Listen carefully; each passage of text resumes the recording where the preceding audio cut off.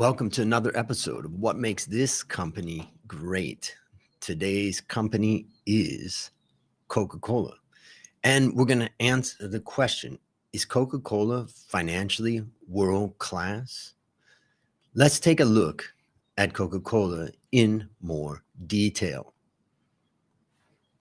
So first, let's look at Coca-Cola's amazing reach worldwide. This is the unit case volume. So the volume of sales, 17% in North America. That's quite small when you think about it. It shows how global the company is. 32% for Latin America is massive. 24% penetration in Asia, very strong, but think about the population in Asia, there's still plenty of opportunity. And emerging markets in the Middle East and Africa, Europe, Middle East and Africa, 28%. The top consuming country is Mexico. They consume the most. Now let's look at it as far as net revenue is concerned. 35% of Coca-Cola's net revenue is coming from North America. And this shows you that though the volume is low, the pricing is high. Latin America, the pricing is lower because you can see that the net revenue is lower relative to the volume. 12% in Asia, also pricing, having a harder time with pricing. And then Europe, Middle East, and Africa at 17%. So, and then Coca-Cola has a lot of bottling investments where they're investing in the bottlers that are making the Coke. And then they've got some other global ventures. So why is Coke so successful? Well, products. They got a ton of products. And those products are available in more than 200 countries. So it's just the penetration that the company has is incredible. In fact, what I would say is that I remember taking my Harley Davidson many years ago in Thailand up to the mountains in the north of Thailand. And when I was driving, I stopped at the top of a mountain and there was a little shack, and it was just a little convenience store, but it was just a shack. And they had a Coca-Cola refrigerator and they sold me a Coke right there on the top of that mountain in the middle of nowhere in Thailand. And I just thought to myself, that is such a great example of Coca-Cola's global reach. So, of course, bestsellers, Coca-Cola, Diet Coke, Dr. Pepper, also a big seller. So sponsorship is huge for Coke. They've been the longest running sponsor of the Olympics since 1928. Also, they're the largest advertising budget of any beverage company. And you can see some of the advertising they do. It's a huge amount of advertising to maintain their dominant position. And they are dominant in beverage. They're the top soft drink ranking and most consumed soda in the world. 44% market share of global sales in non-alcoholic beverage industry. The origins of Coca-Cola, born in Atlanta, Georgia, in US in 1886. And the founder was John Pemberton, who was a physicist. Oh, sorry, not a physicist, a pharmacist. Now here you can see that Coca-Cola, a recent article I was looking at, this is from Food Navigator, and I have the links to that there. They're talking about how Coke is increasing prices in 2023, and they say that they've earned the right to price with the consumer. Not exactly sure what that means, because I would say in many countries where inflation is very high, the consumer is getting crushed.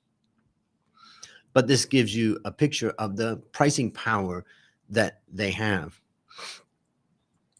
Now, before I continue on with the competitive strength, one of the questions I have for you, you're an ESG investor. Everybody's talking about ESG. If you were an ESG investor, would you invest in Coca-Cola?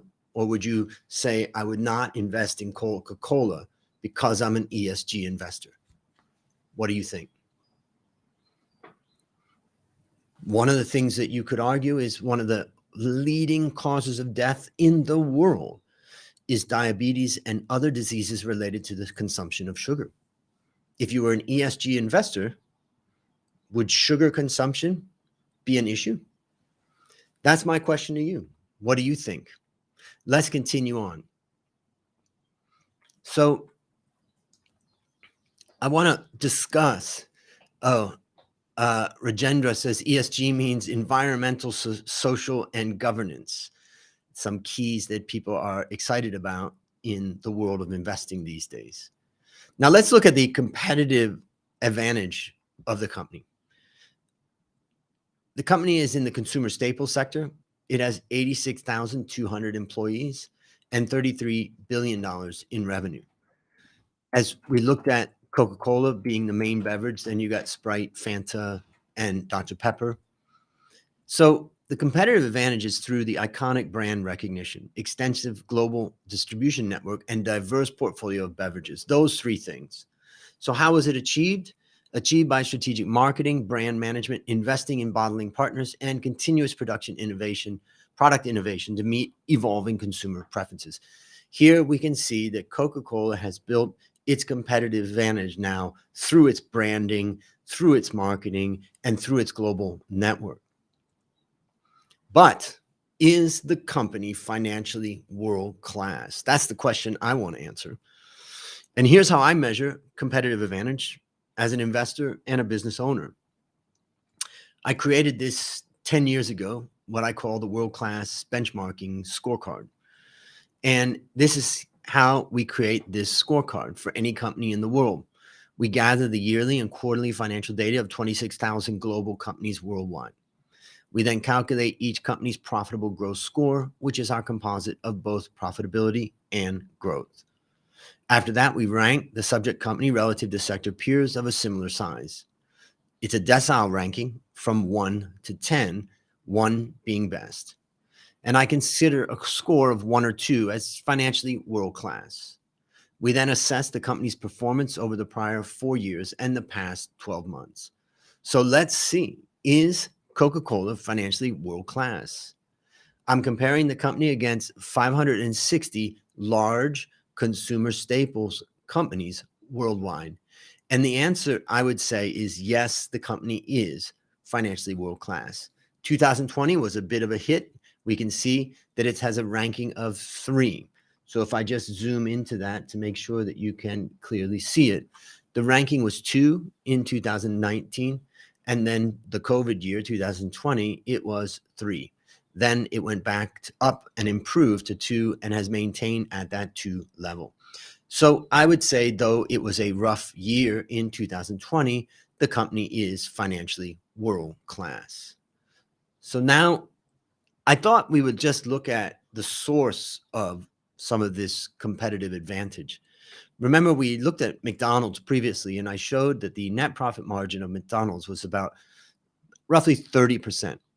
Also, remember, I said that the average net profit margin of all listed companies in the world is about 6%.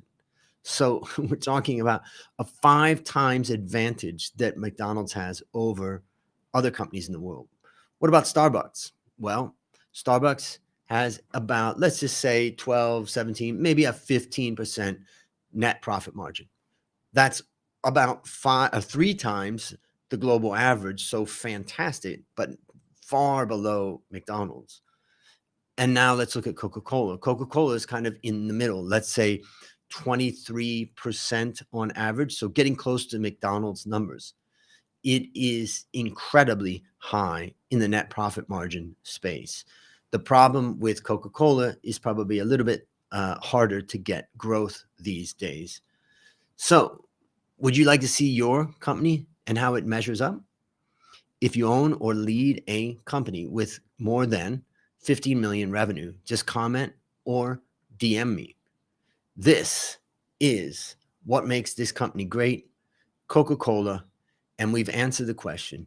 Yes, in fact, Coca-Cola is a financially world-class company.